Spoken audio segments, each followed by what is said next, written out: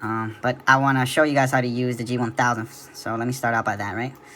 So you have your PFD over here, and then your pretty much your navigation over here. See, there's nothing on here. So our V speeds. I'm just gonna use barometric pressure 29.92, but you can adjust that right here in the baro. So you can do baro pretty much right here, up and down. You guys are gonna have to be a little baro right here. Just be a little patient with me, as I am doing this with a mouse, so it is a little harder. You also got your range, so this helps you zoom out on the other map, or if you have a little map pops up right here. But I don't use that. I like to keep these as clean as I can. This is your heading indicator, correct? So you can scroll this puppy in, it helps you. So we're going to be taking off runway 5, so I want to put this on 05. You see the heading right here, 05. This is autopilot, which I don't know if you guys have. I've never used an autopilot. It must be nice to just forget about keeping these things going in the same direction and focus on other things of the flight. One thing we do want to put here is a timer. This timer, I use it a lot when I'm going to take off, something I learned when I was getting my instrument. They tell you to expect certain altitudes sometimes by certain times. So I like to start this as soon as I get the clearance for takeoff, because that's when the timer starts. So I like to actually keep that popped up before I take off. I won't be doing it right now because it's kind of hard to get there on the mouse while I'm taking off and doing all that. But so you also have your code. Right now we have a squawk code 0127. That's given to us by ATC. Here you can ident, so in case anybody has any, like ATC asks you to ident for location wise. You can put your map up here. So, I don't know, it doesn't work. So it doesn't pop it up here, but my normal G1000 on the plane, it pops a little map right here that helps me. It helps me pretty much navigate. Here's the nearest airports in case you get into a pickle. This is very helpful, so I'm trying not to highlight it. So nearest, you can pick any airports around you. Tells you distance. I guess from the center of the longest runway. This is what that's based on. CDI, this helps you if you're doing a localizer approach or just a GPS approach. What else can I show you guys on here? These are alerts that pop up. There's orange ones. The red ones are the really ones you want to look out for. Orange ones would be like if, I'm not saying orange ones aren't that important, but let's say you turn your pitot heat off down here. Should pop it. Yeah, so we go pitot heat. Sorry, I don't usually fly Cessnas, and the only G1000 on Microsoft Simulator is this one. But yeah, like let's say if you turn your pitot heat on or off on my G1000, it will tell me, hey, you turned it off. Gives you like a heads up on the alerts. So yeah, so now we go over here. And you should be able to see this as soon as you switch from your engine settings, or you can just do flight plan. So like, this is the map that you can scroll through, and then you have this little knob here for the FMS. So you can get all kinds of information, what time it is, positioning. You also have your engine information here, RPM, GPH, oil pressure, oil temp. Looks like we have a full tank of gas for this flight. And then you should also be able to see engine status, but of course you can't. So if you scroll right here on this knob, the big knob, not the small knob, it gives you a bunch of information. So you have this, then you have a traffic map that also helps you, which I don't use much, as traffic usually pops up here and you get a warning. Then this is your pretty much airport information, intersecting information, and NOBs, and then your VORs. It's all information so you can kind of navigate. You should have also nearest here, which is a great option. And then the thing I love the most is these frequency, man. These things are lifesavers. If you don't want to, if let's say you're in a pickle, your iPad's out or something, and let's say you're going to KNIP, and which is NAS, which I would not be going there. You get shot down or something, or you in big trouble at least.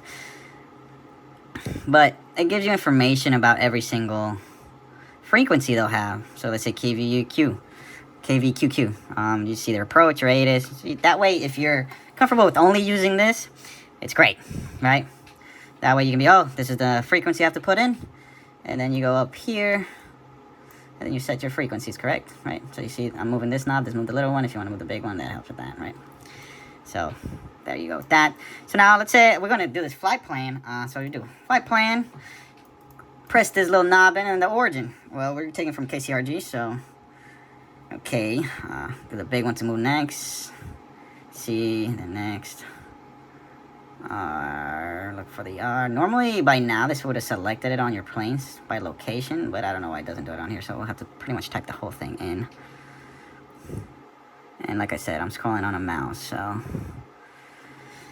once you have that, you press enter, and then route. When it sends you to route, it's going to pick the runway that you want to use. We're going to put runway 5. Usually you don't really have to put this, as ATC will probably vector you to where they need you, and in case they need to switch your runway or something. But if you want to put the runway, you can do it. Now we go down to a route. So first we want to, as said here, this is going to be our route that's been cleared. Foxham TO2 and then India.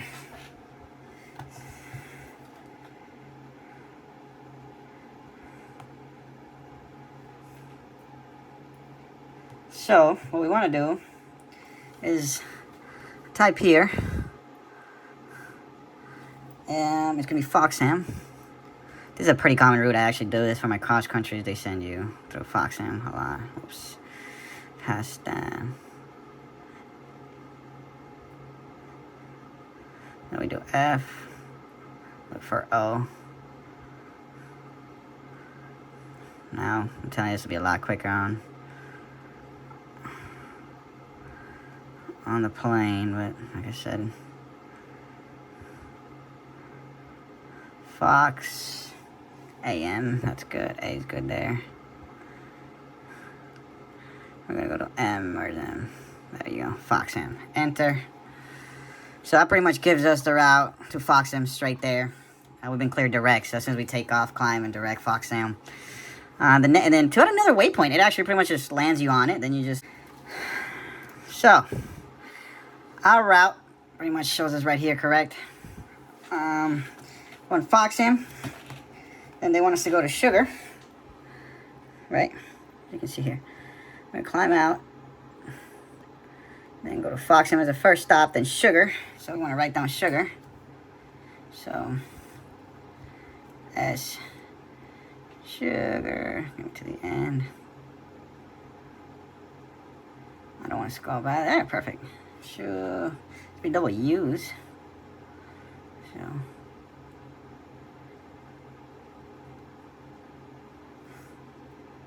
So, I think we passed it, yeah. Sugar. That's a next stop. See how long the leg is, first leg, so we might want to pay attention to fuel and all that. Something really helpful to see the distances. And then we're going to go to Smyrna. So we're going to type here. I don't know, PQRS.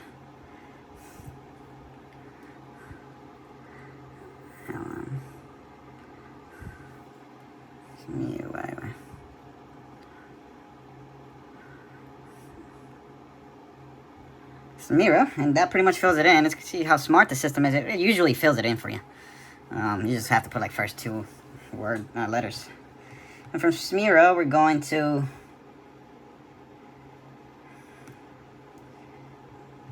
Tico, which is, look, where is T?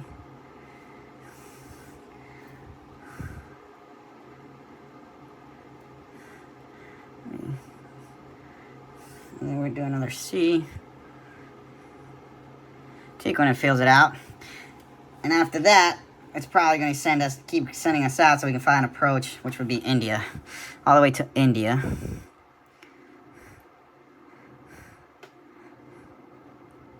Which I passed.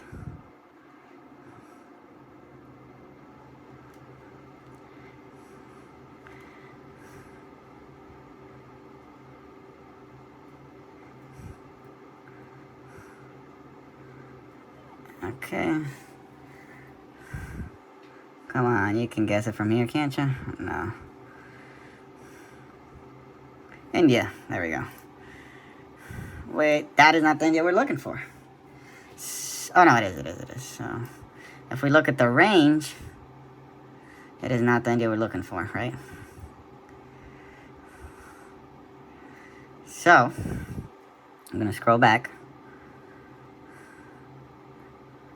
And we're going to clear that India with cancel India. And what I'm going to do, since it's not finding India, I'm just going to load the approach, and then we'll probably get vectored in, so it doesn't, or, I mean, Tico's where we clear to. So what we want to do is destination. It's going to be KTix, okay. And let's run the T now. T.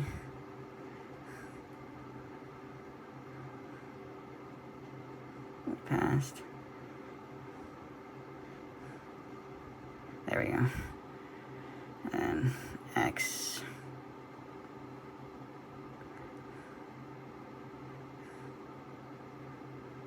KTix, enter. We were told to expect RNAV runway 9. So, I'm going to put runway 9 here. Enter. And then we want to do I'm going to scroll back down here. We're going to do procedure. Select approach. RNAV. So we're going to do RNAV runway 9, which is an LPV. So that helps us with our minimums. We're going to press enter. And then we probably are going to expect for the procedure RNAV runway 9. Probably going to expect Benny as our initial approach fix. So we'll load that one in. Yep, we'll load runway Benny. So it'll show us, it'll send us in this way. And then you want to go to your minimum. So we're going to look at our chart. So this is, as I said, an LPV approach. So we want to look right here. 292 is our minimum. So we're just going to do 300 for safety. For 300, those are my personal minimums. If at 300 I don't see the runway, then we're going to go missed. And we do have an alternate FAFAs, which is the Orlando International. Plenty of runways there to land. Just in case stuff gets freaky, and we do have enough fuel. Over 45 minutes. Alright, so we press, go all the way down. We're just going to load it. We don't want to activate it. So now, our entire flag plan is here, right? So if we go to arrange and extend it, we can see pretty much how it's gonna take us, right? Now, if I could honestly, oh, here's the mouse, okay. So see how the mouse is?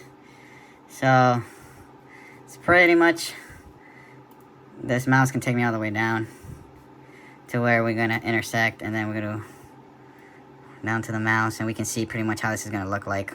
We'll fly into the airport, or we might get cleared direct to Benny from Tico, right? So yeah, we'll see once we cross Tico. So that's all loaded up and ready to go. I like to have this pop completely up on my map, just so I can see the distances and stuff. So we're ready. So I'll take you guys pretty much to take. Okay, now as we're lined up, I do want to remind you guys to do something. We're climbing to 4,000 feet, so we want to put 4,000 on our altimeter down here with this knob. 4,000. That's where we're gonna climb to. We're gonna clear direct 4,000 to our next stop. To focus him, as you can see from here. So, yeah, you want to put 4,000 up there. So this is easy now, just basic flight stuff. Take this thing off. My pedal stopped working for some reason. I apologize. So that's why a little off center. Let's get that corrected. Our airspeed's alive. It's coming to us. And rotate. And we're out of here. Just want to climb VY probably. So usually I don't start my turns after I take off until I'm at least 700 feet above. So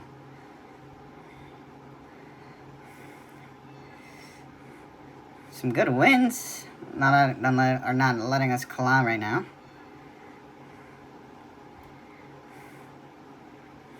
But we're pretty good right now.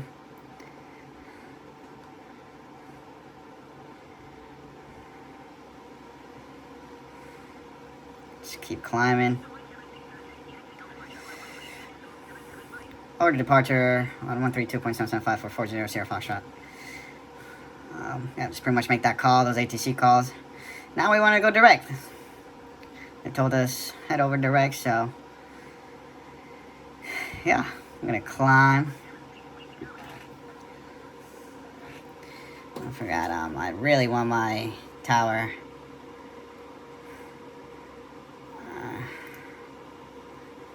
And just acknowledge a handoff. Climbing into a pretty sketchy area. The clouds, now we're going to turn into approach. Contact departure, which we should have the...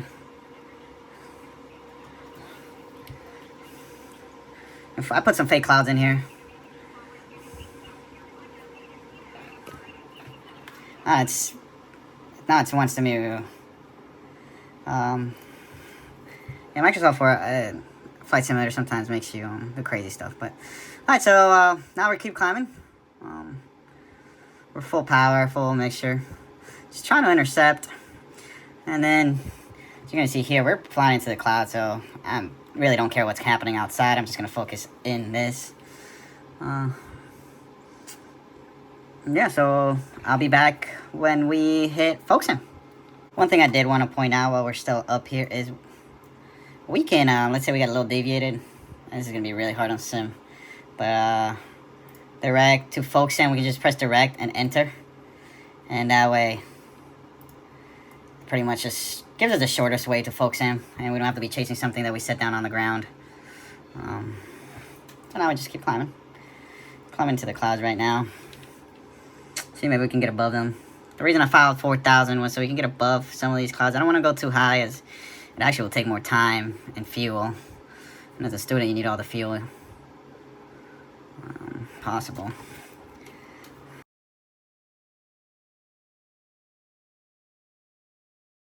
So another thing I wanted to show you guys is how the comms work on here. So we're going to tune in to Jacksonville approach, and we're going to say, let's say they switch us to 125.8, right? So, or 0.2. So what we want to do is, right here on your main PFD, is scroll here, 125 point, and then we can go all the way down through this one. 125 point, whatever. Let's say we're 555. 555, right? So that helps us move the comms. As I said before, barometric pressure, right here. And then this CDI helps you too if you need to move that. But I usually try and stay away from that. This is your volumes. Comms, what comms you want to do. This button helps you invert the comms. So switch over to this, helps you that, right? Mic, what mics you want to be using. Speaker, if you want to put it on a speaker. For the passengers and the PA system. And then what nav you're using pretty much also here. I'm trying to see what else I can show you. We're still up here in the air on autopilot. I think that's it pretty much that we can do. So you can flip again through all this. Don't mind my RP, I'm trying to get there quick. I would never do this in real life. Yeah, so this is pretty much the map that we're following. You also get up here your ground speed, if this menu would stop popping up. Your ground speed, and your track, ATE to your next waypoint, so we've got about 10 minutes. You can also just click here for your engine info. So all your through how lean you're running. See, our EGTs are looking pretty good. Just this one's kind of low, but I think that's just a flight sim thing. Gallon used, gallon remains. We have a 52. We're on both gallons currently, so we're fine. And then we can reset your fuel use right now, and then you go to gallons remaining. It tells you. And that's it, pretty much. Just put it back to your main engine. And then the traffic map is showing a couple people now, but I like to always have my traffic map set up on my flight, but yeah, on flight sim it's a little harder, so Yep. Alright, another thing I want to show you guys is how this automatically, once you pass the stage, it the airplane does for you, right? So we zoom out, like we have some visibility at the moment, but I don't think by the time we get there we will have any visibility. So right now it's, remember the timer? You need 10 seconds. So and up here it gives you a timer too. When to turn and what heading. So you want to turn to heading 168 now. So we use our heading indicator since we are on autopilot, and that turns the plane automatically for us. We don't have to do much. It switched from sugar to okie pretty much immediately, correct? So that helps us. Here shortly we're about to brief the approach and how to make the flight in.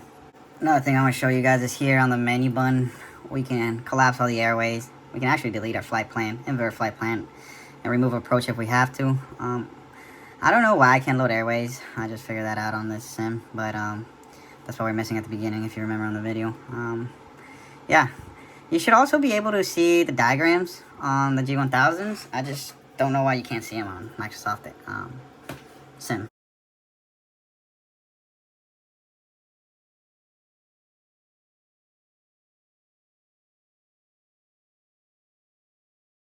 So we're here following the glide slope. If you can't find this, you just want to maintain this glide slope on point. Just keep it right here as the goal. If it goes way too high or way too low, it's all bad because then you don't have a stabilized approach. I want to make sure you're in center line with right here your GPS. Make sure you're aiming towards the runway. Looks like everything's good right now on the autopilot. Like I said, you really can't see anything outside. Hoping to break out of these clouds here soon. Yeah. So now we can bring in some flaps down here. 10 degrees of flaps help us descend a little better. Make sure we don't stall this puppy. Coming down to 700. Slow her down a little more. Like I said, I'm used to more flying Pipers, so this is going to be a heck of a landing if you stick with me. And also, it's pretty stormy out there. I do know these Cessnas like to float a good amount. So there we go, the 500 alarm is going off. 500 feet from the ground. See the runway starting to show here. I want to show you guys since we're still on autopilot. We are able to see a little, but I still have no visual on the runway, so I'm still sticking to my instruments. Okay, I think we got the runway in sight. Gonna come in a little hotter than normal. So through runway in sight, we are above 300, so full flaps. And let's turn autopilot off. And we're a little high. Well, we got plenty of runway here.